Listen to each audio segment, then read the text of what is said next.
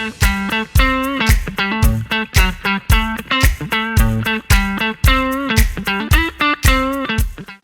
To BRK news. అందరికీ అంతర్జాతీయ మహిళా దినోత్సవ శుభాకాంక్షలు. సో ప్రస్తుతం మనతో పాటు ఉన్నారు డాక్టర్ కావ్య దెందుకరి గారు, ప్రముఖ గ్యాస్ట్రో ఎంట్రాలజిస్ట్ అండ్ హెపటాలజిస్ట్. వారితో స్పెషల్ చిట్చాట్. మ్యామ్ నమస్తే అండి. నమస్కారం అండి. అంతర్జాతీయ మహిళా దినోత్సవ శుభాకాంక్షలు. సేమ్ టు యూ అండి, సేమ్ టు యూ. చాలా ప్రౌడ్గా అనిపిస్తూ ఉంటుంది. Liver specialist, gastro enterologist, hepatologist, ఇలా చాలా చెప్పాలి. మీరు వచ్చారంటే నేను అది ప్రిపేర్ అయ్యి చెప్తూ ఉంటాను. క్లినిక్ లో కూడా ఎప్పుడు బిజీగా ఉంటారు. ఇది గచ్చిపోలిలో ఉంది కావ్య దెందుకరి క్లినిక్. అవునండి, అవునండి. వెస్ట్ సైడ్ పైన. అవునండి, బిజీగా ఉంటుంది. కానీ మాకు ఇంటర్వ్యూస్ ఇస్తారు. షూర్ అండి, షూర్, ఆల్వేస్. ఎస్. అయితే మ్యామ్, జనరల్గానే విమెన్ హెల్త్ గురించి మాట్లాడుకుంటే చాలా ఫేజెస్ అనేవి చూస్తాం, చాలా రకాల హెల్త్ ఇష్యూస్ అనేవి చూస్తూ ఉంటాము. ముఖ్యంగా లివర్ కానీ గట్ హెల్త్ కానీ ఇవన్నీ పాడైపోవడం అనేది మనం చూస్తూ ఉంటాము. అసలు ఇది ఎందుకు? విమెన్ హెల్తీగా ఉండాలంటే ఏం చేయాలి? గట్ గ్యాస్ట్రో కానివ్వండి, డైజెస్టివ్ హెల్త్ కానివ్వండి, కామన్గా అల్సర్స్ లేదా ఏదైనా ప్రాబ్లం ఉంది, కొంచెం తినగానే ఫుల్ అనిపిస్తుంది, రెగ్యులర్గా ఎస్డిటీ టాబ్లెట్స్ సిరప్స్ వేసుకుంటున్నారు, లేదా ఫ్యాటీ లివర్ ఉంది, జాండిస్ వచ్చింది, ఆల్కహాల్ తీసుకోకపోయినా కూడా లివర్ ప్రాబ్లం ఉంది, ఫ్యామిలీలో లివర్ ప్రాబ్లం ఉంది అనుకోండి, వీళ్ళకి వచ్చే అవకాశం ఉంటుంది. విమెన్కి కూడా లివర్ ఇష్యూస్ ఎక్కువగానే వస్తాయి? షూర్ అండి, ఖచ్చితంగా ఉంటాయండి. ఉమెన్కి లివర్ ఇష్యూస్ అంటే మెన్కి ఉమెన్కి ఈక్వల్గా ఉంటాయి.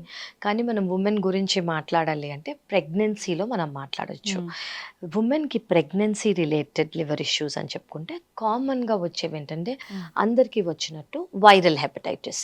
వైరల్ హెపటైటిస్ ఏదైతే ఉంటుందో అది కంటామినేటెడ్, అంటే కలుషితమైన నీరు కానివ్వండి, కలుషితమైన ఆహారం కానివ్వండి తీసుకుంటే వైరల్ హెపటైటిస్ ఏ లేదా వైరల్ హెపటైటిస్ ఈ వచ్చే అవకాశం ఉంటుంది. అలాగే ఇంకో వైరసెస్ మనం చాలా జాగ్రత్తగా ఉండాల్సింది ఏంటంటే హెపటైటిస్ బి లేదా హెపటైటిస్ సి. ఇది ప్రెగ్నెన్సీలోనే ఎక్కువ వస్తుంది అని నేను చెప్పలేను, కానీ ప్రెగ్నెన్సీలో ఇమ్యూనో కాంప్రమైజ్ స్టేట్ కాబట్టి ఆ టైంలో బయటపడచ్చు. ఓకే, ఇది ఎప్పుడు అంటే ఎలా స్ప్రెడ్ అవుతుంది ఫస్ట్ నేను చెప్తాను. హెపటైటిస్ ఏ, హెపటైటిస్ ఈ ఏంటంటే కలుషితమైన వాటర్ కానివ్వండి లేదా ఆహారం కానివ్వండి తీసుకుంటే వస్తుంది. అదే హెపటైటిస్ బి, హెపటైటిస్ సి ఏంటంటే బాడీ ఫ్లూయిడ్స్ ద్వారా స్ప్రెడ్ అయ్యేది. అంటే ఫర్ ఎగ్జాంపుల్ ఎవరికైనా హెపటైటిస్ బి కానివ్వండి, హెపటైటిస్ సి కానీ పాజిటివ్గా ఉందనుకోండి, సెక్షువల్ కాంటాక్ట్ వల్ల స్ప్రెడ్ అవుతుంది. సెక్షువల్ కాంటాక్ట్ వల్ల అంటే అందరూ ఏమనుకుంటారంటే దీని గురించి అసలు ఎక్కువ అవగాహన లేదు. సో ఇది సెక్షువల్ కాంటాక్ట్ వల్ల పెరుగుతుంది కాబట్టి పార్ట్నర్కు ఉంటే వచ్చే అవకాశం ఉంటుంది. సెకండ్ థింగ్, ముందు కాలంలో హెపటైటిస్ బికి ఓన్లీ ఇంజెక్షన్స్ మాత్రమే ఉండేవి. హెపటైటిస్ సికి కూడా మదర్ టు చైల్డ్ స్ప్రెడ్ అయ్యే అవకాశం చాలా ఎక్కువ. సో కానీ ఇప్పుడున్న ఇంజెక్షన్స్, ఇప్పుడున్న టాబ్లెట్స్ బేసికలీ మనం అందుకే ఎవరు ప్రెగ్నెంట్ అయినా first hepatitis B, hepatitis C check చేసేస్తాం. నెగిటివ్ ఉందనుకోండి ఓకే, పాజిటివ్ ఉంటే వైరస్ అనేది ఎంత యాక్టివ్గా ఉంది, వైరస్ ఉందా లేదా అది యాక్టివ్గా ఉందా, బాడీలో మల్టిప్లై అవుతుందా, దీన్ని బట్టి ఏజ్ని బట్టి లివర్ ఫంక్షన్ టెస్ట్ని బట్టి మాత్ర అనేది మనం స్టార్ట్ చేయాలా, స్టార్ట్ చెయ్యక్కర్లేదా అనేది మేము చూస్తాం.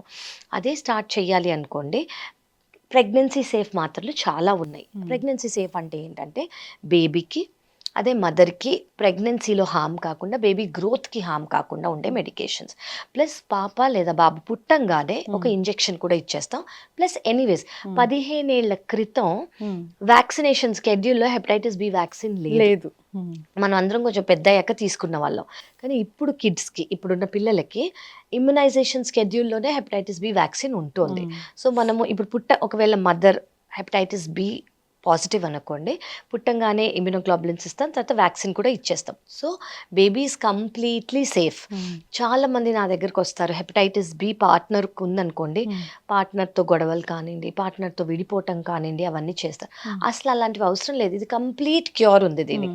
దీనికి ఎలాంటి ప్రికాషన్స్ తీసుకోవాలి అంటే కలిసి ఉన్నా, కలిసి మాట్లాడినా, కలిసి ఉన్నా కూడా ఏమీ జరగదు. సో ఇది ఒకసారి పార్ట్నర్ అనేది వ్యాక్సినేషన్ తీసుకున్నారనుకోండి, వాళ్ళకి లైఫ్ లాంగ్ ప్రొటెక్షన్ ఉంటుంది. జస్ట్ ఒక 3 డోసులు తీసుకోవాలి. సో ఇది hepatitis A, hepatitis B, hepatitis C and E గురించి. ఇది కాకుండా ఫ్యాటీ లివర్ ఇన్ ప్రెగ్నెన్సీ అని ఉంటుంది.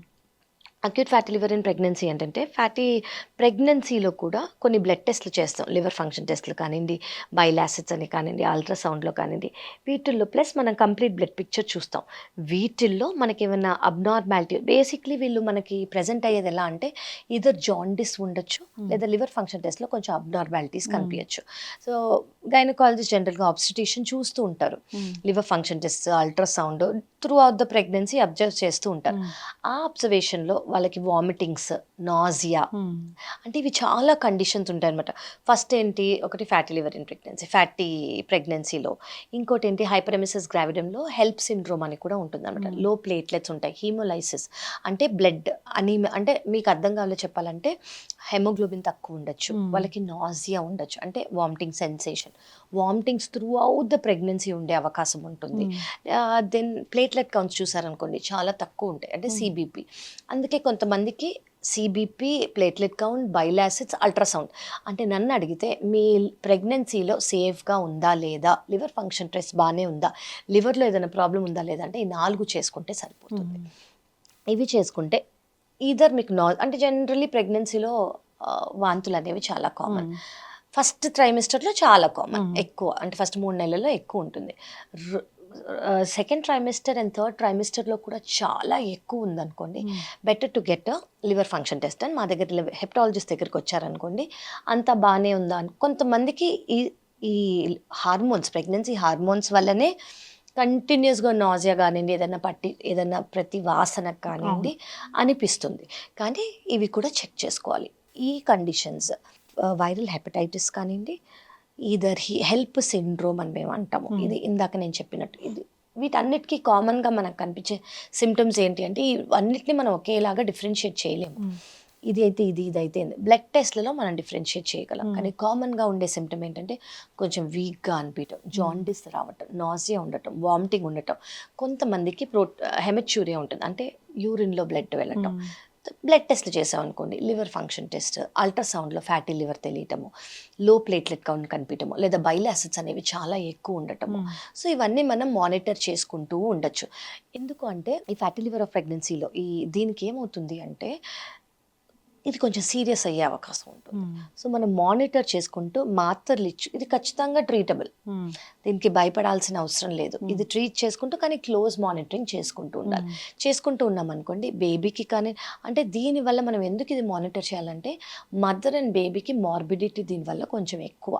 సో దానికోసం ఎందుకంటే మనం రెగ్యులర్గా liver function test, ultrasound, bile acids ఇవన్నీ చేసుకుంటూ, సిబిపి చేసుకుంటూ ఓకే తగ్గుతోంది కదా అని చూస్తూ ఉండాలన్నమాట. సో ముందు లేకపోయినా ప్రెగ్నెన్సీలో ప్రెగ్నెన్సీ వచ్చే అవకాశం ఉంటుంది. ఎస్పెషలీ ముందు వాళ్ళకి బీపీ ఉన్నా, ప్రెగ్నెన్సీ ఇండ్యూస్డ్ బీపీ వచ్చినా కూడా ఇవన్నీ వచ్చే అవకాశం ఎక్కువ. సో మేము ఆబ్స్టిట్యూషన్స్తో పాటు కలిసి ట్రీట్ చేస్తూ ఉంటాం అనమాట.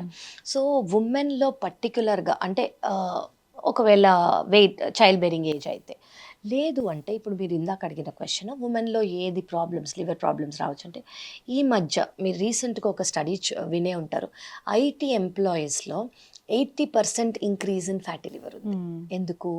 స్ట్రెస్ ఒకటి, సెడెంటరీ లైఫ్ స్టైల్, ఒక చోటే కూర్చుని పనిచేయటం, వీటి వల్ల, and diet life style different అయిపోయింది. ఒకటే చోట కూర్చుని పనిచేసేది ప్లస్ తినేది, ప్లస్ దానివల్ల స్ట్రెస్, ఈ మూడిటి వల్ల 80% ఇంక్రీజ్. ముందు కన్నా ఇప్పటికీ ఫ్యాటీ లివర్ 80% ఇంక్రీజ్ అయిపోయింది అని తెలుస్తుంది, both men and women. So ఇదొకటి.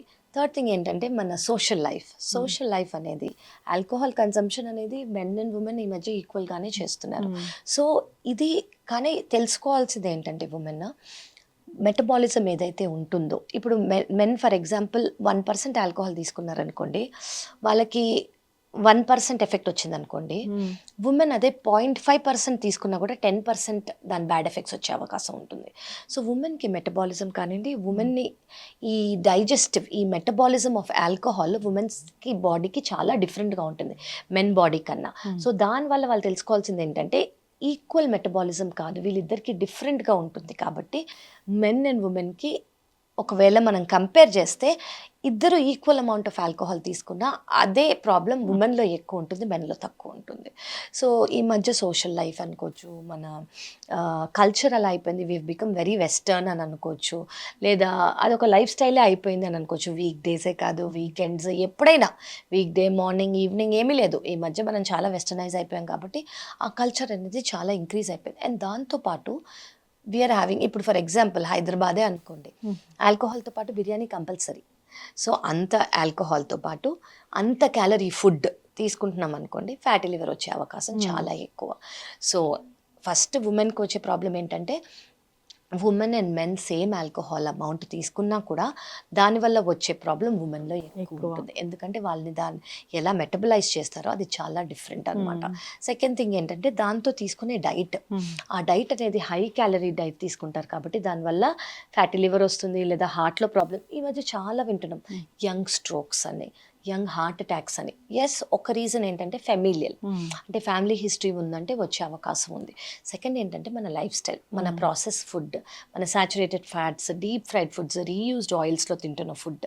సో వీటి వల్ల ఈ మధ్య చాలా ఎక్కువ అయిపోతుంది. సో ఉమెన్కి నేను చెప్పాల్సిన మెసేజ్ ఏంటంటే please be healthy. We are more stronger than men. Okay, physically, mentally మనము గిటింగ్ చేయక్కర్లేదు.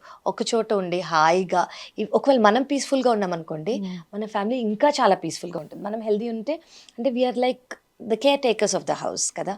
సో మనం హెల్దీగా ఉండి then everyone else in the family will be very healthy.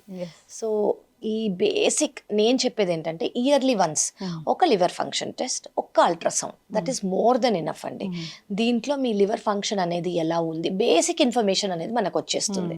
దీన్ని బట్టి బేసిక్ ఇన్ఫర్మేషన్ వస్తుంది కాబట్టి అవసరం ఉంటే మిగతా టెస్ట్లు చేస్తాం, లేదు బాగానే ఉంది అంటే దీనికి మెడికేషన్స్ అవసరం లేదా అని డిసైడ్ చేసుకోవచ్చు. ఇప్పుడు ఏ లివర్కి సంబంధించి ఏ ఇష్యూ వచ్చినా విమెన్లో తగ్గించడానికి ట్రీట్మెంట్స్ అయితే ఉన్నాయి 100% అండి. ఇంకోటి మీకు ఇంపార్టెంట్, ఇప్పుడు మనం మాట్లాడుకున్నది ఒక పర్టిక్యులర్ థింగ్ వల్ల, ఏది ఆల్కహాల్ అనుకోండి, లేదా ప్రెగ్నెన్సీలో వచ్చే ఇష్యూ.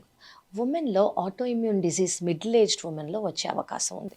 ఆటో ఇమ్యూన్ డిసీజ్ అంటే ఏంటంటే మన ఇమ్యూనిటీనే లివర్ సెల్స్ని ఎఫెక్ట్ చేయటం. ఓకే, దీనివల్ల 2 సిమ్టమ్స్ ఇనీషియల్గా రావచ్చు.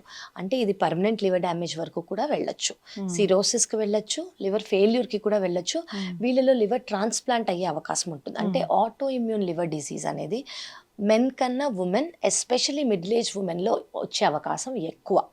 ఇది ఫస్ట్ థింగ్. సెకండ్ థింగ్ ఏంటంటే చాలా బలహీనం ఉంటుంది వాళ్ళకి. ఆ ఫెట్టికి ఇప్పుడు మనం ఒక 10 గంటలు పని చేసాం అనుకోండి, మనకు కొంచెం నీరసం అనేది ఉంటుంది. కానీ ఈ లివర్ డిసీజ్లో ఉన్న వాళ్ళకి ఈ నీరసానికి ఒక 10 రెట్లు ఎక్కువ ఉంటుంది అనమాట. చాలా నీరసంగా ఉంటారు.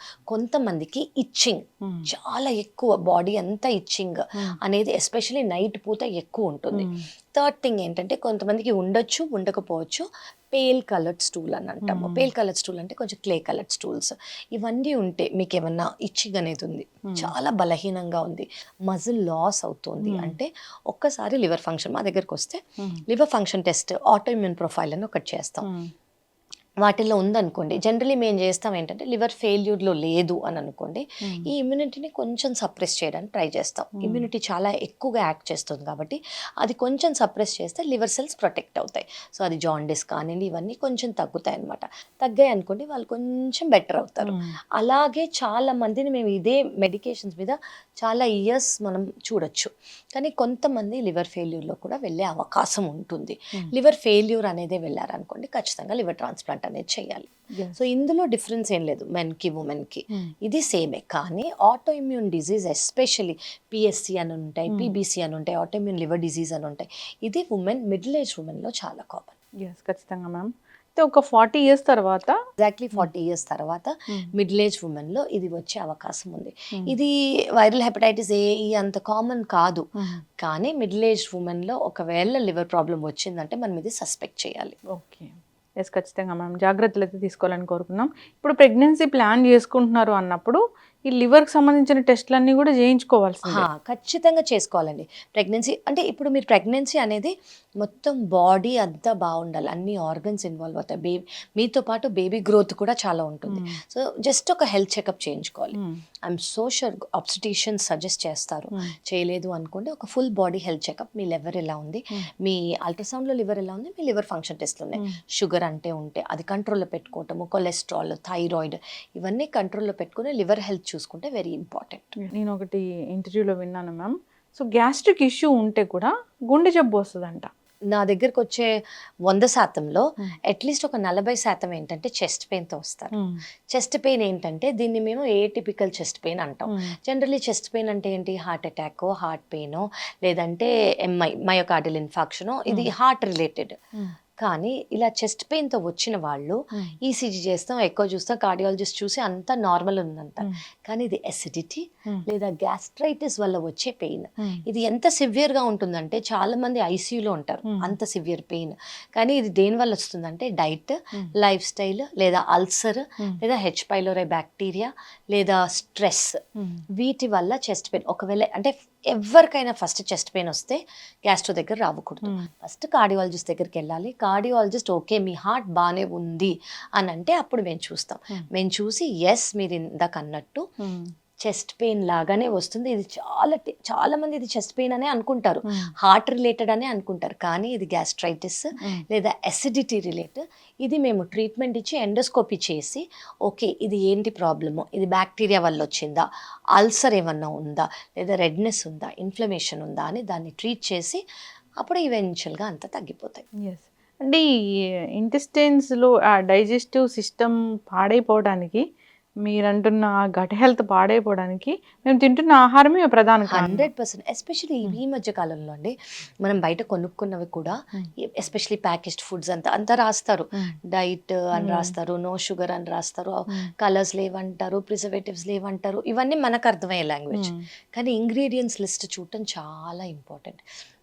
అందులో షుగర్ ఫ్రీ అని రాస్తారు కానీ మాల్టోడ్రెక్స్ట్రిన్ అని ఉంటుంది. అదేంటి, షుగర్కి ఎంతైతే గ్లైసిమిక్ ఇండెక్స్ ఉంటుందో దానికన్నా 5-10 రెట్లు ఎక్కువ. ఓకే, సో అది చూసుకోరు. ఇంకోటి ఫ్రక్టోస్ కార్న్ సిరప్ అని ఉంటుంది, అది ఇంకా వర్స్, షుగర్ కన్నా వర్స్ అది. సో అలా ఇంగ్రీడియంట్ లిస్ట్ అనేది చూసుకుంటే కలరింగ్ ఏజెంట్స్, ప్రిజర్వేటివ్స్, అందులో సాల్ట్ ఎక్కువ ఉండటం, అందులో ఇవి ఉండటం, వీటి వల్ల ఏమవుతుందంటే ప్రాసెస్ ఫుడ్ ఎక్కువ తీసుకునేసరికి మీ గట్ లైనింగ్ అంటే ఇప్పుడు యాసిడ్ అనేది ఎక్కువ సెక్రీట్ అయిపోతుంది. ఇమాజిన్ మన లైనింగ్ మీద యాసిడ్ పడితే అది రోజు పొద్దున మధ్యాహ్నం సాయంత్రం మనం తినేదే అది. సో ఏది తింటున్నా ఇది పడుతూనే ఉన్న పుండే అవుతుంది. ఇన్ఫ్లమేషన్ తగ్గడానికి మనం ఏం చేయట్లేదు. సో అందుకే ఐ థింక్ మన పాతకాలంలో అమ్మమ్మ వాళ్ళందరూ ఈ ఫాస్టింగ్ అనేది సృష్టించారు అనుకుంటా. కొంచెం బ్రేక్ ఇస్తే అది హీల్ అయ్యే కొంచెం ఛాన్స్ ఉంటుంది. మనం కంటిన్యూస్గా ఇవే పెడుతూ ఉన్నాం అనుకోండి, హీలింగ్ ఎక్కడ ఛాన్స్ ఇస్తుంది? ఫాస్టింగ్ అంటే మొత్తం ఆ రోజంతా తినకుండా ఉండాలి. మీరు ఎంత చేయగలిగితే అంత. అట్లీస్ట్ ఆ deep fried foods, processed foods, chips, package foods తీసుకోకుండా ఇంటి పూట తిన్నా కూడా ఫాస్టింగ్ అనే అనుకోవచ్చు ఈ రోజులలో. అంత బయట ఫుడ్ అలా అయిపోయింది. సో వాటర్ ఫాస్టే చేసుకుంటారు, ఫ్రూట్ ఫాస్టే చేస్తారు, లైట్ ఫుడ్ ఏదైనా తీసుకోండి, it will be very helpful for your gut. Basically ఏమవుతుందంటే బ్యాడ్ బ్యాక్టీరియా అనేది పెరిగిపోయి గుడ్ బ్యాక్టీరియా అనేది తగ్గిపోతుంది. సో మనం ఏం చేస్తామంటే ఆ ప్రాసెస్ని తక్కువ చేయాలి. సో మీరు ఒకసారి మా దగ్గరికి వస్తే మేము చూసి ఓకే ఈ ప్రాబ్లం ఉందనుకుంటే మనం దానికి ప్రిస్క్రిప్షన్ కూడా ఇచ్చుకోవచ్చు. కొందరిలో మనం చూస్తాం ఏంటంటే మాటికి కామెర్లు అనేవి, జాండీస్ అనేవి వస్తూ ఉంటాయి. అది ఎందుకు? 2 రీజన్స్ అండి. ఒకటి ఆల్కహాల్ వల్ల జాండీస్ వచ్చింది, జాండీస్ తగ్గాక మళ్ళీ ఆల్కహాల్ కన్స్యూమ్ చేయటం. సో దానివల్ల వస్తూనే ఉంటుంది, లివర్ ఫెయిల్యూర్ అయ్యేంత వరకు వస్తూనే ఉంటుంది. అది ఎందుకు, లివర్ సెల్ డెత్ అయిపోయింది, కానీ మళ్ళీ ఆల్కహాల్ మానేగానే లివర్కి ఉన్న బ్యూటిఫుల్ కెపాసిటీ వల్ల లివర్ రీజనరేట్ అవుతుంది, లివర్ నార్మల్ అవుతుంది. మళ్ళీ ఆల్కహాల్ తీసుకున్నందుకు మళ్ళీ లివర్ సెల్ డెత్ అవుతుంది. ఇది ఒక కంటిన్యూస్ ప్రాసెస్. ఆల్కహాల్ మానేంత వరకు లివర్ నార్మల్ అవ్వదు, లేదా వాళ్ళు మానరు, ఎప్పుడు ఏ బ్లడ్ వామిటింగ్ వచ్చాక పర్మనెంట్ లివర్ డ్యామేజ్ ఫెయిల్యూర్ అయ్యాక వస్తారు. సో అదొక కంటిన్యూస్ ప్రాసెస్. సెకండ్ థింగ్, కొంతమందికి చిన్నప్పటి నుంచి కొంచెం లివర్ ఫంక్షన్ టెస్ట్ ఎక్కువ అయ్యే అవకాశం ఉంటుంది. దీన్ని మనం ఇండైరెక్ట్ హైపర్ బిలిరూబినిమియా అంటాం. అంటే బిలిరూబిన్ జనరల్గా 1.2 కట్ ఆఫ్ నార్మల్, కొంతమందికి 2 ఉంటుంది ఎప్పటికీ, చిన్నప్పుడు కొంచెం పెద్ద అయ్యాక ఎప్పుడు. అది భయపడాల్సిన అవసరం లేదు. జనరలీ అలా వచ్చినప్పుడు దేనివల్ల వచ్చింది, గిల్బర్ట్ సిండ్రోమా, కిగ్రెన్ రాజా, మేము కొన్ని టెస్ట్లు చేస్తాం. అది చేసి ఇలా అంటే ఒకసారి లివర్ స్కాన్ చేసి లివర్ బాగానే ఉంది అంటే భయపడాల్సిన అవసరం లేదు, వాళ్ళకి ఇలాగే ఉంటుంది, దీనివల్ల ఏ హాని లివర్కి జరగదు అని మేము ఈ టెస్ట్లో చెప్తామన్నమాట. భయపడాల్సిన అవసరం లేదు. అదే ఈ 2 కాకుండా పర్మనెంట్ లివర్ డ్యామేజ్ ఉందనుకోండి వచ్చే అవకాశం ఉంది. ఇంకోటి నేను ఇందాక చెప్పినట్టు కలుషితమైన నీరు కానివ్వండి, ఆహారం, ఇప్పుడు హెపటైటిస్ ఏ లేదా హెపటైటిస్ ఈ ఎక్కడైనా బయట తిన్నారు, అక్కడ కలుషితమైన వాటర్ కానివ్వండి, ఫుడ్ కానీ వచ్చే అవకాశం ఉంది. మళ్ళీ ఇంకెక్కడైనా తిన్నారనుకోండి మళ్ళీ వచ్చే అవకాశం ఉంది. సో ఇది బయట తినేటప్పుడు ఒకటి, అది హైజీనిక్ ప్లేసా, అక్కడ ఉన్న వాళ్ళు వండే వాళ్ళు హైజీనిక్గా ఉంటున్నారా, ఆయిల్ ఎలాంటిది యూస్ చేస్తున్నారు, reheat oil, repeated oil, same ఆయిల్లో డీప్ ఫ్రై చేస్తున్నారా, ఇవి చూసుకోవటం బెటర్. అంటే బ్లైండ్గా మనం తీసుకోకుండా మన హెల్త్ గురించే కదా మనం ఇప్పుడు ఉండేది, ఆ మాత్రం మీ చెకప్లు మీరు చేసుకొని ఓకే ఈ ప్లేస్ అయితే సేఫ్, నేను ఇక్కడి నుంచి ఆర్డర్ చేసుకుంటా, ఈ ప్లేస్ సేఫ్ కాదు నేను చేసుకోను అని ఒక రీసెర్చ్ చేసుకోండి, దాన్ని బట్టి చేసుకోండి. బయట తినొద్దు అని ఎక్కువ రోజులు చెప్పలేం మనం, కానీ హైజీనిక్ ప్లేసా, అక్కడ యూజ్ చేసే వాటర్ ఏంటి, అక్కడ వాళ్ళు గ్లవ్స్ వేసుకున్నారా, హెయిర్ కవర్ చేసుకున్నారా, రీయూస్డ్ ఆయిల్స్ యూజ్ చేయట్లేదా, అన్ని ఫ్రెష్గానే యూజ్ చేస్తున్నారా అనేది మనం చూసుకోవాలి. మ్యామ్ హెపటైటిస్ బి వల్ల లివర్ చెడిపోతుంది. అవునండి, అది ట్రాన్స్మిటెడ్. అవును, సెక్షువల్లీ ట్రాన్స్మిటెడ్. అయితే అది ఎందుకు అసలు ఇప్పుడు ఒకరి నుంచి ఇంకొకరికి వస్తుంది పార్ట్నర్స్లో అంటారు. అవునండి, అసలు ఇంకొక పార్ట్నర్లో అది ఎందుకు ఉంటుంది? మనం ఇందాక మాట్లాడుకున్నట్టు 15 ఏళ్ల క్రితం హెపటైటిస్ బికి వ్యాక్సిన్ అనేది లేదు. సో అప్పుడు ఎలా వచ్చి ఉండొచ్చు అంటే, ఇప్పుడు ఫర్ ఎగ్జాంపుల్ ఆ రోజులలో అంటే 30 ఏళ్ల క్రితం డాక్టర్లు ఏం చేస్తారు, ఒక ఇంజెక్షన్ అనేది ఇచ్చి ఇలా ఆటోక్లేవ్ చేసేసి ఇచ్చుంటారు. సో వీళ్ళకుంటే వీళ్ళకి వచ్చే అవకాశం ఉంది. ఇప్పుడు మేము యూజ్ చేసే సిరింజెస్ ఏంటి, ఒకరికి ఏమైనా ఇచ్చామనుకోండి వెంటనే ఆ డస్ట్బిన్లోకి వెళ్ళిపోతుంది, అది డిస్కార్డ్ చేసేస్తాం, అసలు యూజ్ చేయము, నీడిల్ కానివ్వండి సిరింజ్ కానివ్వండి. సెకండ్ థింగ్ టాటూయింగ్ అంటే ఏంటంటే నాకే ఇష్టం చాలా. ఓకే, నా దగ్గర టాటూ చేయించుకునే ముందు ఆ నీడిల్ కొత్తగా మీ ముందు ఓపెన్ చేశారా లేదా, ఎవరికో యూజ్ చేసిన నీడిల్ యూజ్ చేశారనుకోండి వాళ్ళకి హెపటైటిస్ బి ఉంటే వచ్చే అవకాశం ఉంది. Third thing year piercing use చేసేటప్పుడు ఆ నీడిల్ సేఫా కాదా, మీ ముందు ఓపెన్ చేశారా లేదా, ఇది very important. Fourth, it is very common in homosexuals and ivy drug abusers అంటే అదే నీడిల్తో ఒకళ్ళు డ్రగ్ తీసుకొని ఇంకోళ్ళు డ్రగ్ తీసుకుంటారు అదే నీడిల్తో, సో వీళ్ళలో స్ప్రెడ్ అయ్యే అవకాశం ఉందన్నమాట. సో హోమోసెక్షువాలిటీ కానివ్వండి, ఐవీ డ్రగ్ యూజర్స్ కానీ వీళ్ళలో ఎక్కువ. సో ఇది పాత కాలం వల్ల వచ్చిందా, మదర్ టు చైల్డ్ ట్రాన్స్మిట్ అయిందా, లేదా ఈ ప్రాక్టీసెస్ వల్ల వచ్చిందా అని మనం చెప్పలేం కానివ్వండి. కానీ వచ్చినా కూడా గుడ్ న్యూస్ ఏంటంటే మనం 100% ఇప్పుడున్న మెడికేషన్స్ వల్ల డైలీ జస్ట్ 1 టాబ్లెట్, ఒకవేళ ఉంది అనుకోండి వైరస్ అనేది యాక్టివ్గా ఉంది మల్టిప్లై అవుతుందంటే డైలీ 1 టాబ్లెట్ తీసుకొని లైఫ్ లాంగ్ దాన్ని సప్రెస్గా పెట్టుకోవచ్చు. అంతేగాని దాన్ని చంపేయలేం పూర్తిగా నెగిటివ్ అవ్వదు. చాలా రేర్గా అండి హెపటైటిస్ బి కానివ్వండి, హెపటైటిస్ సి కానివ్వండి ఒకసారి వస్తే నెగిటివ్ అయ్యే ఛాన్సెస్ చాలా రేర్. కానీ ఇప్పుడున్న మెడికేషన్ ఎస్పెషలీ హెపటైటిస్ సికి 3 నెలల ట్రీట్మెంట్ తీసుకుంటే కంప్లీట్గా వైరస్ అనేది పోతుంది. అండ్ హెపటైటిస్ బికి lifelong 1 tablet. So it is very good అండి, వెరీ సేఫ్, సైడ్ ఎఫెక్ట్స్ లేవు, అండ్ వైరస్ని మీరు కంట్రోల్లో పెట్టుకోవచ్చు. లివర్ ప్రాబ్లం కానివ్వండి, లివర్ ఫెయిల్యూర్ లేదా లివర్ క్యాన్సర్ నుంచి మీరు కంప్లీట్గా ప్రివెంట్ అవ్వచ్చు. Nothing to worry. And partners కూడా కలిసి ఉండదు, దాంట్లో ఏ ప్రాబ్లం లేదు. అంతర్జాతీయ మహిళా దినోత్సవం సందర్భంగా చాలా చక్కటి ఇంటర్వ్యూ ఇచ్చారు మ్యామ్. విమెన్ ఎప్పుడు హెల్తీగా ఉండాలంటే ఒక 4 జాగ్రత్తలు అంటే ఏం చెప్తారు? ఓకే, ఒకటి స్ట్రెస్ అండి. స్ట్రెస్ అస్సలు తీసుకోవద్దు. స్ట్రెస్ తీసుకోకుండా మీరు ఏం చేస్తానంటే మీకు కుకింగే ఇంట్రెస్ట్, సింగింగే ఇంట్రెస్ట్, వాకింగే interest, gardening interest, painting interest, ఒక ఇంట్రెస్ట్ అనేది చూస్ చేసుకోండి. ఆ చూస్ చేసుకుని అది ఫాలో అవ్వండి. మ్యూజిక్ ఓకే, పాడటమో వినటమో ఇన్స్ట్రుమెంట్ ఏదంటే అది first. Second thing exercise in any form అండి.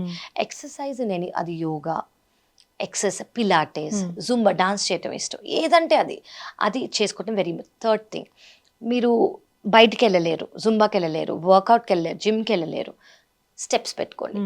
జస్ట్ వాచ్ల్లో వస్తున్నాయి ఈ మధ్య స్టెప్స్, మనం చూసుకోవచ్చు.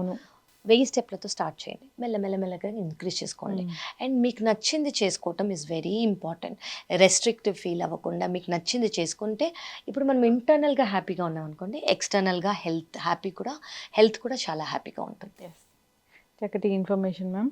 వన్స్ అగైన్ ఉమెన్స్ డే శుభాకాంక్షలు మీకు. థ్యాంక్ యూ అండి, same to you and happy women's day to everyone. Thank you. మీరు ఇంకా హైట్స్కి వెళ్ళాలి, ఏమంటారో తెలీదు, మీ మెడికల్ పరిభాషలో ఇంకా ఏమేమి డిగ్రీస్ ఉంటాయో తెలియదు. సో అవన్నీ మీరు రీచ్ అవ్వాలని కోరుకుంటున్నాం. మాకు ఇంటర్వ్యూస్ రెగ్యులర్గా ఇవ్వాలి, సిరీస్లు ఇవ్వాలి. షూర్ అండి. చక్కటి information ma'am. Thank you so much అండి. Thank you.